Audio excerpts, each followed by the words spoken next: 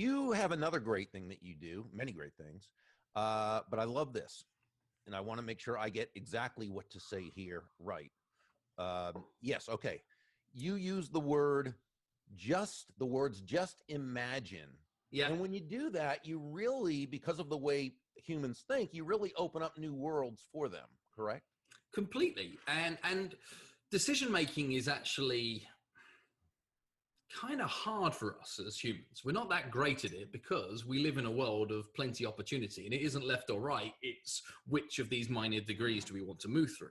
So anything we can do to help somebody to ease their decision-making process is easier. But the first thing to understand is how we make decisions. Every decision we've ever made is typically been made at least twice. Firstly, it's been made in our mind's eye, hypothetically speaking.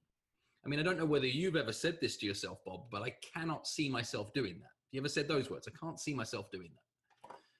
Have I said that to myself? Yes. Yeah. And when you say those words, I can't see myself doing it, like your likelihood of doing that thing remains slim to none. But once you've seen yourself do something, it opens up a plethora of possibilities. Exactly.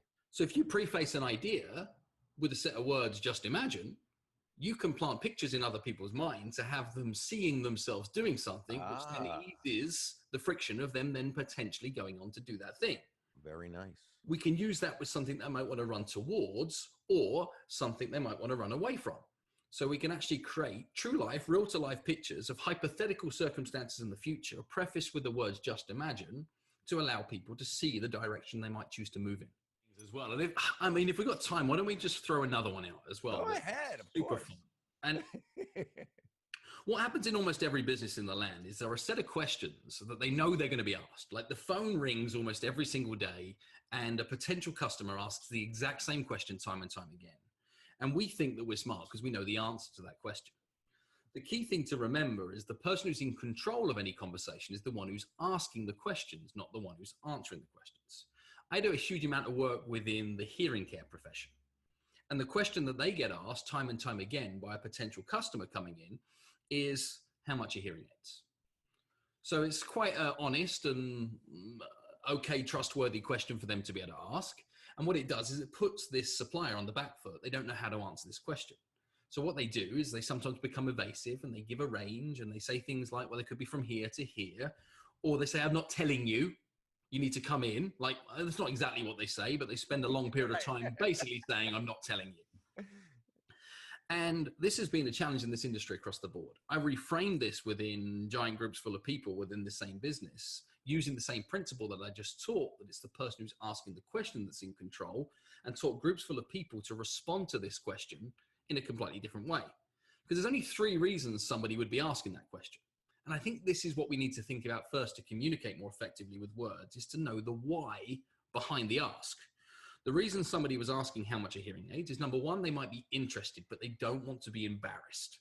They don't want to turn up, don't want to go through a consultation and then be presented with a price that's outside of their reach that makes them feel embarrassed to enter into a conflict. Right.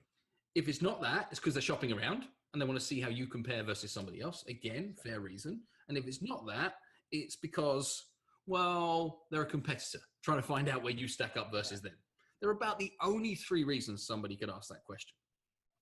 So what I do is I come up with a response that helps silence all 3 of those potential scenarios and empowers the conversation and helps the other person. Instead of giving an answer to the how much are hearing aids question, we create a question for the how much are hearing aids question. And the question that I taught rooms full of people is, which hearing aids would you like to buy? So now it changes everything. What happens is customer says, how much are hearing aids? We say, great, which hearing aids would you like to buy? They say, I've got no idea. We say, well, neither do we. Right. So which is now said, it sounds like there's some need for a consultation. Right. Oh, it sounds like the best thing is that what we do is we come in, we find out where you're at. You might not even need hearing aids. Exactly. Let's just run a test for you, find out where you're at. And when it does, it becomes honest, but it removes a barrier. What we often think is that they wanted to talk about the money. No, they didn't. They wanted to know it's okay to turn up and you're not going to threaten me. That was just so brilliant. That was such brilliance right there. And regardless of what business you're in, you can take that and you can gear that to, you can mend that, you can mold that to your business. That was wonderful. Wonderful.